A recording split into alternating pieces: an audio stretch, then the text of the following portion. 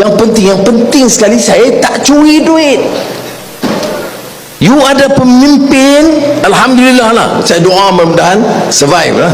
Yang tak curi duit, that is more important. Jadi kita berdoakan Anwar sambung lagi kontrak dia, sambung tahun keempat, sebab ini Azam Baki ni yang paling cemerlang. Tiada orang, 34 juta rakyat Malaysia, tiada satu pun boleh berbanding dengan dia, boleh lawan dia. Dia ni orang yang paling sempurna. Dia dilahirkan, diwujudkan oleh Tuhan tu, dia paling sempurna. Okey?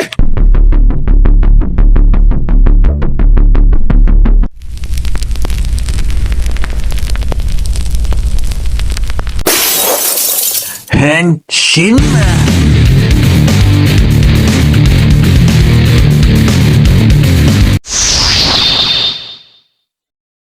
Yang penting sekali, saya tak curi duit. You ada pemimpin, alhamdulillah lah, saya doa mudah-mudahan survive lah. Yang tak curi duit, that is more important.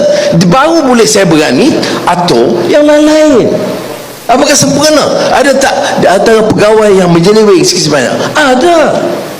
Kita kena pantau. Bagaimana kita pantau? Kita kena menangis hati mereka.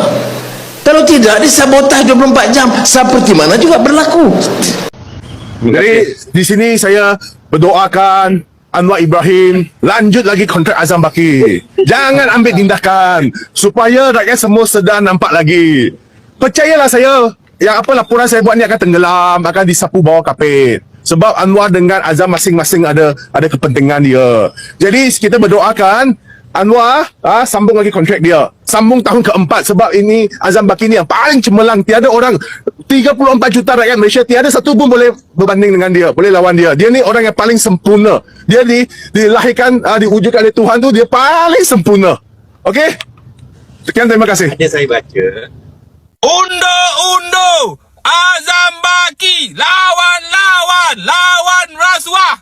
Sekarang sebab tu saya ngobarkan. Torang saya dah banyak kali saya video saya ngobarkan, saya ni bukan orang politik, tapi saya ramai nengok PL orang politik. Siap letak gambar orang tu, dekat duit tu gambar orang, lepas tu dekat buih mata orang tu. Siapa ingat? Bukannya lama, baru itu jadi. Tak ada angin, tak ada ribut, tiba-tiba portal antara bangsa, patik nama orang tu, tak sadu-sadu orang tu. Takkan kau semua dah lupa makan somut ke apa? Benda ni bukannya lama terjadi, baru terjadi kan. Buat perhimpunan, peserta perhimpunan, dokek Sogu ada, dokek Masjid Jamik ada, dokek LRT Bangsa tu ada, kan? Betul tak? Kau pun semua nampakkan cara permainan ni. Sebab tu saya ngobarkan, saya ni Roma memerhati perangai PL-PL diorang ni. Sebelum menjadi kerajaan, bantah habis-habisan ni kan, tolak, tangkap, lawan. Lepas tu bila dah jadi kerajaan, jadi kawan pula. Sebab dalam politik ni, kalau kau kaji betul, kalau kau PL, kalau kau peteng betul-betul kan, dia macam sinetron lah. Ada gaduh, ada kelakar, ada sedih, ada marah, sama. Tu masuk baik perhimpunan depan bangunan parlimen tu, siapa pakai kemeja tu, tapi saya tak perasan lah sebab semua pakai mask. Masuk dulu ngobarkan tak boleh, sekarang dah jadi boleh. Dulu ngobarkan tak boleh, sekarang dah jadi boleh. Tu saya ngobarkan macam sinetron. Berapa ramai pertubuhan bukan kerajaan yang turun, dan berapa ramai juga ahli-ahli politik yang turun. Kau ingat sendiri lah, kau fikir lah. Saya tak tahu sama ada saya keliru ataupun orang yang ditanya itu keliru.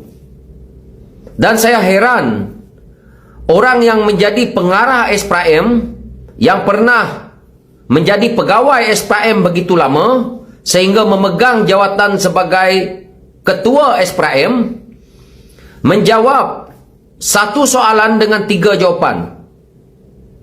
Kalau kita rakyat ini ataupun orang biasa ini disiasat oleh mana-mana pegawai polis ataupun pegawai SPRM memberi kita satu soalan dan kita jawab 3 jawapan, saya percaya siasatan itu tidak akan berakhir dan kita pula yang akan merengkuk dalam penjara ataupun silap-silap kita akan didapati bersalah. Tetapi dalam isu kes Azam Baki ini, kita rakyat yang keliru ataupun Azam Baki yang sudah pun stres dengan soalan-soalan daripada rakyat, sehingga soalan mudah ini pun dia lupa untuk menjawab dengan satu jawapan bersamaan dengan satu soalan yang sepatutnya. Apa dia soalan itu? Soalan ini sangat mudah tahu. Betul tak kamu ada memiliki saham? Jawapan dia yang pertama kita dengar, betul, saya memiliki saham atas nama saya tetapi bukan milik saya. Adik saya gunakan nama saya untuk membeli saham. Itu yang pertama. Ditanya lagi soalan yang sama apabila kes baru ini timbul, ada tak kamu beli saham? Jawapan dia, ada, saya beli saham tetapi sudah saya jual tahun lepas. Ditanya lagi sekali lagi, ada tak kamu beli saham? Jawapan dia, ada, saya beli saham dengan menggunakan duit pencen, duit wang persaraan saya. Satu soalan, 3 jawapan. Tetapi yang menariknya, daripada 3 jawapannya ini ada.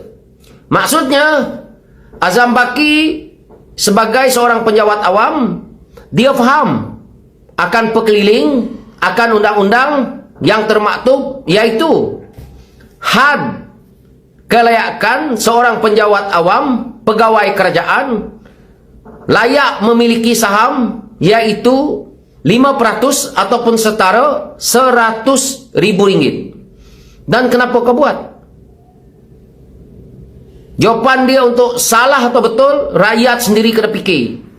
Tetapi jawapan dah ada semua. Itu saja. Pandai-pandai kamu komen di bawah. Sekian, terima kasih. Waktu Hang Menteri Ekonomi sebenarnya pernah pegang saham dalam company Invoke, in your company. Mr. Lee Chu Bu pernah pegang saham in your company Invoke. Kalau kamu tak ambil tindakan, kalau Datuk Seri Anwar masih lagi mempertahankan Azam Baki, maka rakyat akan kata ini bukan cerita Azam Baki semata-mata, ini adalah kerana ia berkait dengan Anwar Ibrahim. Jadi Datuk Seri Anwar, kami nyet kerana kami sayangkan negara.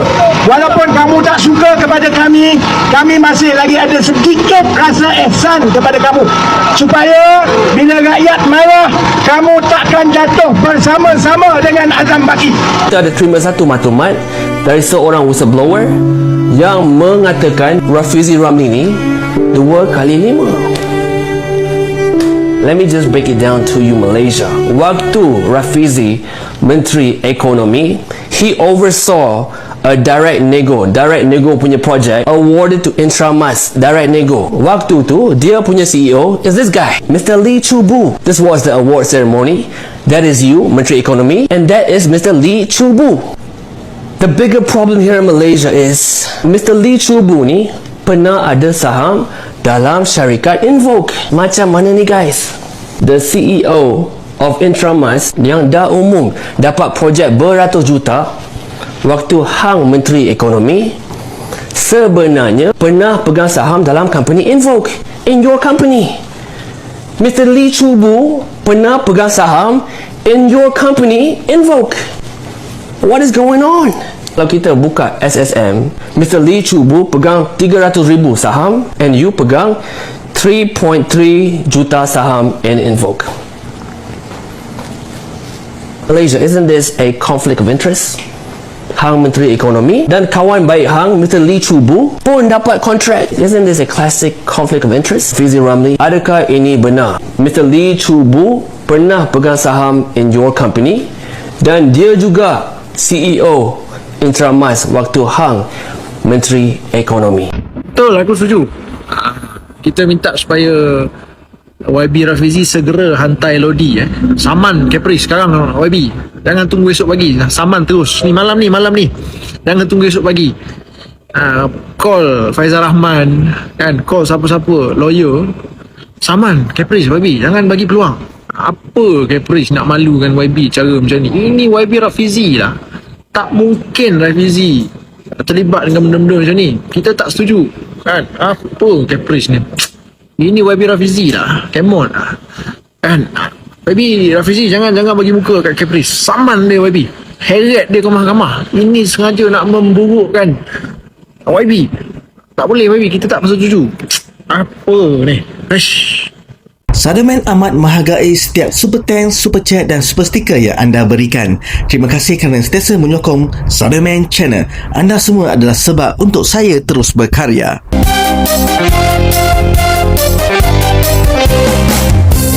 Terima kasih kerana telah menyokong Sademan Channel. Jika anda merasakan video ini bermanfaat, sila subscribe dan share.